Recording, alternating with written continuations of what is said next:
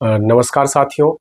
कई इधर बीच टेलीफोनिक वार्ता के क्रम में और कुछ लोगों के मिलने के बाद कई विद्यार्थियों की ये समस्या थी कि हम अपना लक्ष्य कैसे निर्धारित करें और उसको अचीव कैसे करें। यही हम लोगों के लिए बड़ा सिरदर्द है। विशेष करके जो ग्रामीण पृष्ठभूमि के लड़के हैं, शहरों में भी जो उस पृष्ठभूमि से लड़के आते हैं जिनके लिए आगे कोई बहुत मार्गदर्शन करने वाला नहीं है, तो वो अपना लक्ष्य निर्धारित नहीं कर पाते हैं। नतीजा क्या होता है? नतीजा होता है कि कभी इस प्रतियोगी परीक्षा की का फॉर्म भर दिया, कभी उस प्रतियोगी परीक्षा का फॉर्म भर दिया और हर प्रतियोगी परीक्षा में बैठने का प्रयास कर रहे हैं। अपनी मेहनत के बदौलत किसी परीक्षा के किसी स्टेज, किसी चरण को पास भी कर लेते हैं, लेकिन ओवरऑल उनको सफलता नहीं मिलती है। तो मेरा उनको सुझाव और सजेशन यही रहता है कि अपने लक्ष्य को तो स्पष्ट करना ही होगा।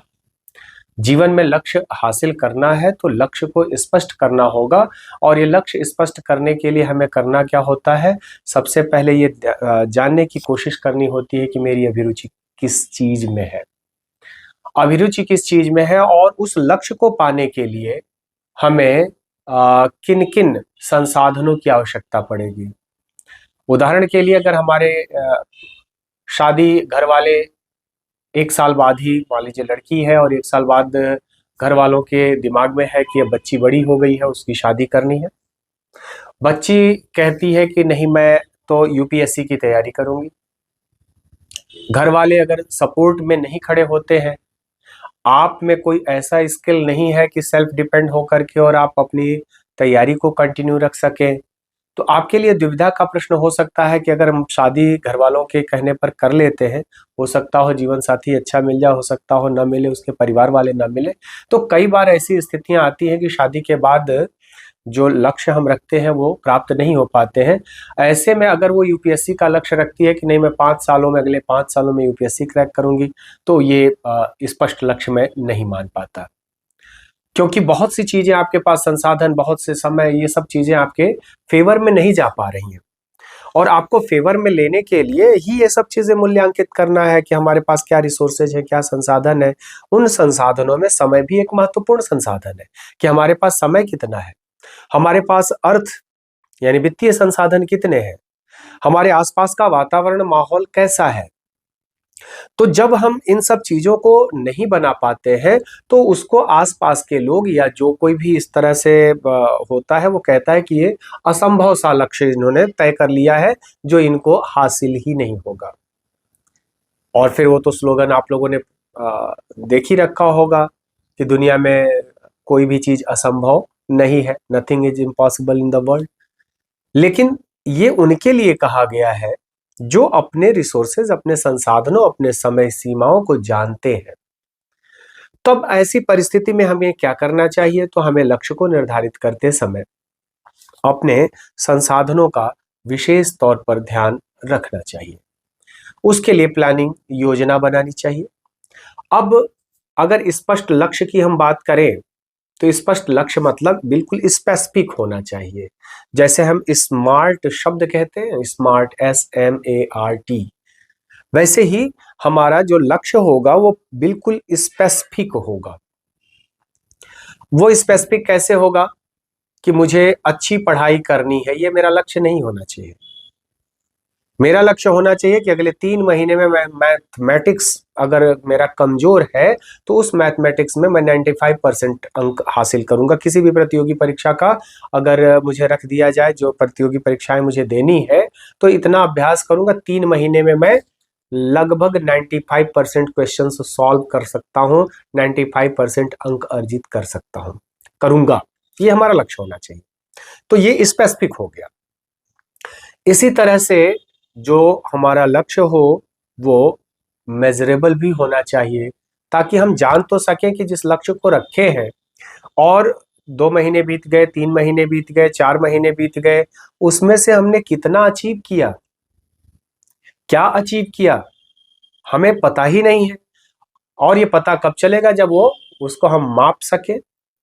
और मापेंगे कैसे? उसके लिए स्पेशल जो मॉक टेस्ट है, जो टेस्ट सीरीज है, जब उसको हम रखना शुरू करते हैं, उसको सॉल्व करना शुरू करते हैं, तो ये पता चलता है कि जब हम शुरुआत किए थे और उस समय जब हमने प्रश्नों को देखा था तो मुझे बहुत से प्रश्न नहीं आ रहे थे, लेकिन एक महीने में जिस जिस टॉपिक को मैंने कवर किया है उस टॉपिक के मैक्सिमम प्रश्न मैं हल कर पा रहा हूँ। अभी कुछ ऐसे टॉपिक हैं जिनको मैंने पढ़ा तो है, लेकिन उसमें से भी मुझसे गलतियां हो जा रही हैं, तो उन गलतियों पर मुझे विशेष फोकस करना है या उस टॉपिक को फिर से मुझे गहराई से समझना है, तो वो मेजरेबल होगा। इसी तरह से वो अचीवेबल भी हो, हम उसको अचीव कर सके, सहजता से प्राप्त कर सके। और सहजता से प्राप्त करने के लिए मैं बार बार कहता हूं कि अपनी अभिरुचि, अपनी इच्छा के अगर अनुरूप होगा वो लक्ष्य, तो अपना मन लगेगा। अब पता चला कि मेरा मन क्रिकेट खेलने में लगता है, लेकिन पिताजी की इच्छा है, माताजी की इच्छा है, इसकी वजह से मेरा लक्ष्य क्या है? डॉक्टर बनना। मैंने लक्ष्य क्या रख लिया? इंजीनियर बनना। मैंने लक्ष्य क्या रख लिया? यूपीएससी क्रैक करना। मैंने लक्ष्य क्या रख लिया? एसएससी क्रैक करना। तो वो उतना मन पूर्ण मनोयोग से या पूर्ण समर्पण के साथ हम उस लक्ष्य को फिर नहीं हासिल कर पाते हैं। तो इसलिए हमारा जो लक्ष्य होना चाहिए वो ऐसा होना चाहिए कि वो अचीवेबल भी हो। इसी तरह से टाइम बाउंड होना चाहिए। ऐसा नहीं कि हम पढ़ेंगे तो पाएंगे ही, आज नहीं तो कल। तो आज नहीं तो कल, तो फिर ये हमारा लक्ष्य थोड़ी है। वो तो हम सफलता के लिए होप कर सकते हैं, उम्मीद कर सकते हैं कि अगर हम इस पथ पर आगे बढ़े हैं और लगातार हम परिश्रम करते हैं तो आज नहीं तो कल हमें सफलता मिलेगी। लेकिन हमारा लक्ष्य बिल्कुल स्पष्ट होना चाहिए कि मैं 2026 में यूपीएससी की परीक्षा पास करूंगा। आज मैंने तय किया। अब आज मैंने तय किया तो 2026 की परीक्षा पास करने के लिए यूपीएससी का सिलेबस कितना है, परीक्षा का पैटर्न कैसा है, किस किस तरह के प्रश्न पूछे जाते हैं, उसके लिए मुझे क्या क्या संसाधन चाहिए, कौन कौन सी बुक्स चाहिए मुझे, कौन कौन से कोचिंग संस्थान के अगर कोई नोट्स चाहिए होंगे तो नोट्स हम ले सकते हैं, जो बेस बुक है उसमें से क्या क्या मुझे पहले से तैयार है, और उस पर कौन से विषय पर मैं सबसे ज्यादा कमजोर हूं, बिल्कुल नहीं जानता, उस पर हमें समय कितना देना होगा।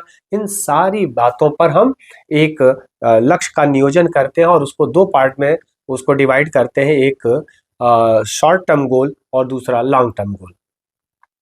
कम समय के लिए लक्ष्य वो टॉपिक का होगा कि मैं इस 2 महीने में राज व्यवस्था यानी पॉलिटी और अर्थव्यवस्था यानी इकोनॉमी का पार्ट कवर कर लेंगे 2 महीने में।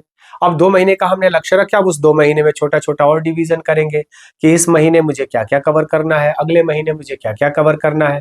फिर उसके बाद टाइम टेबल अपनी डेली का डेली बनाना होता है कि आज के दिन में मुझे 8 से 10 घंटे में कितना पढ़ाई करके और क्या क्या चीजें कवर कर लेनी है। तो स्मार्ट तरीके से अगर हम अपना लक्ष्य रखें तो निश्चित तौर पर जो हमारा ये लक्ष्य होगा वो अचीव करने योग्य होगा, उसको हम प्राप्त कर सकेंगे। अन्यथा की दशा में किसी केवल दूसरे से देख करके, किसी दूसरे की कॉपी करके या किसी प्रेशर और किसी दबाव में करने पर लक्ष्य थोड़ा सा हमसे दूर हो जाता है। बार बार करत करत अभ्यास ते जड़मति होत सुजान, रसरी आवत जात ते सिल पर परत निशान। ये मैं बार बार चीजें कहता हूं कि लगातार अगर हम अभ्यास करेंगे तो आज नहीं तो कल वो लक्ष्य प्राप्त हो जाएगा। लेकिन अगर हमारे पास समय ही ना हो, हमारे गार्जियन ना अलाउ कर रहे हो, उतना समय ना दे पा रहे हो, ऐसे समय में हमें स्पेसिफिक यानी एक स्मार्ट लक्ष्य तय करना ही होगा। और अपने जीवन में अगर हम लक्ष्य नहीं तय करेंगे तो विश्वास मानिए अपने लक्ष्य के लिए कोई हमें काम पर रख लेगा। तो अगर हम उसका स्टूल नहीं बनना चाहते हैं, इंस्ट्रूमेंट उसका नहीं बनना चाहते हैं, खुद से अपने लक्ष्य को अचीव करके अपने लक्ष्य का मालिक बनना चाहते हैं, तो आज ही लक्ष्य निर्धारित करिए और उसके लिए जुट जाइए।